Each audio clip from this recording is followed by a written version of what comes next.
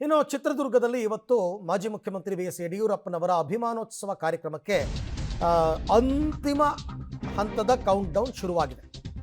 ಕೆಲವೇ ಹೊತ್ತಲ್ಲಿ ಅದು ಕೂಡ ಆರಂಭ ಆಗುತ್ತೆ. ರಾಜಕೀಯ ಜೀವನಕ್ಕೆ ಅವರು ಒಂದು ಕಾಲಿಟ್ಟು ಪದಾರ್ಪಣೆ ಮಾಡಿ 50 ವರ್ಷಗಳಾಗಿದೆ. ಈ ಸಾರ್ಥಕ 50 ವರ್ಷಗಳ ಅಭಿಮಾನೋತ್ಸವ ಕಂಡು ಕೇಳರಿಯದ ಅದ್ಧೂರಿ ಸಿದ್ಧತೆಗಳಾಗಿದೆ. ಯಡಿಯೂರಪ್ಪನವರು ನಿನ್ನೆ ಚಿತ್ರದುರ್ಗಕ್ಕೆ ಬಂದು ಪುರಪ್ರವೇಶ ಎಲ್ಲ ಆಯಿತು. ಇದೆಲ್ಲವೂ ಮುಕ್ತಾಯ ಆಗಿ ಇನ್ನು ಕಾರ್ಯಕ್ರಮ ಆರಂಭ ಆಗಬೇಕು. ಬೆಳಗ್ಗೆಯಿಂದಲೇ ಸಾಗರೋಪಾದಿಯಲ್ಲಿ ಜನ ಬರ್ತಾ ಇದ್ದಾರೆ. 10,000 ಬಸ್ಗಳ ಮುಖಾಂತರ, ಅದರಲ್ಲೂ ಶಿವಮೊಗ್ಗ ಜಿಲ್ಲೆಯಿಂದ ಜಾಸ್ತಿ, ತಾಲೂಕಿಂದ 20-30 ಬಸ್ಗಳನ್ನು ಕಳಿಸ್ಕೊಡ್ತಾ ಇದ್ದಾರೆ. ಶಿಕಾರಿಪುರ, ಹೊಸನಗರ, ಸಾಗರ, ಶಿವಮೊಗ್ಗ ಗ್ರಾಮೀಣ, ನಗರ ಎಲ್ಲ ಕಡೆಯಿಂದ ಜನ ವಿಪರೀತ ಸಂಖ್ಯೆಯಲ್ಲಿ ಬರ್ತಿದ್ದಾರೆ. ಬಂದವರಿಗೆ ಬೆಳಗ್ಗೆ ತಿಂಡಿ, ಮಧ್ಯಾಹ್ನ ಊಟ ಎಲ್ಲವನ್ನ ಕೂಡ ಮಾಡಿದ್ದಾರೆ. ಕಾರ್ಯಕ್ರಮ ಇನ್ನಷ್ಟೇ ಆರಂಭ ಆಗಬೇಕು. ಮೊದಲೇ ಬಿಸಿಲ ನಾಡು, ಅದಕ್ಕೋಸ್ಕರನೇ ಅವರು ಜರ್ಮನ್ ಟೆಂಟ್ಗಳನ್ನ ಹಾಕಿದ್ದಾರೆ, ಯಾರಿಗೂ ಬಿಸಿಲು ತಾಗಬಾರ್ದು ಅಂತ.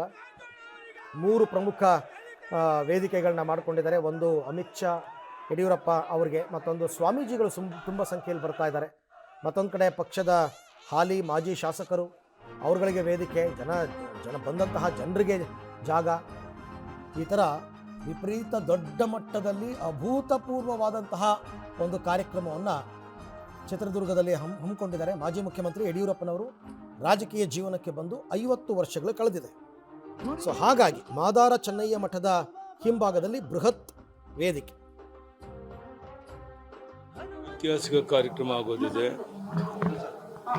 ನಮ್ಮ ನಿರೀಕ್ಷೆ ಪ್ರಕಾರ ಒಂದು 5 ಲಕ್ಷಕ್ಕೂ ಹೆಚ್ಚು ಜನ ಸೇರ್ಬೋದು ಅಂತ ಅಂದಾಜು ಮಾಡಿದ್ದೇವೆ.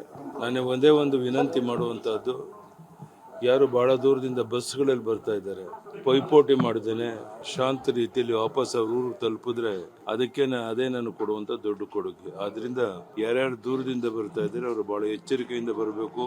ಬಸ್ಗಳಲ್ಲಿ ಪೈಪೋಟಿ, ಕಾರುಗಳಲ್ಲಿ ಪೈಪೋಟಿ ಮಾಡ್ದೇನೆ ಕಾರ್ಯಕ್ರಮಕ್ಕೆ ಬಂದು ತಮ್ಮ ಸ್ಥಳಗಳಿಗೆ ತಲುಪಬೇಕು ಅಂತ ಕೈ ಜೋಡಿಸಿ ಅವರೆಲ್ಲರೂ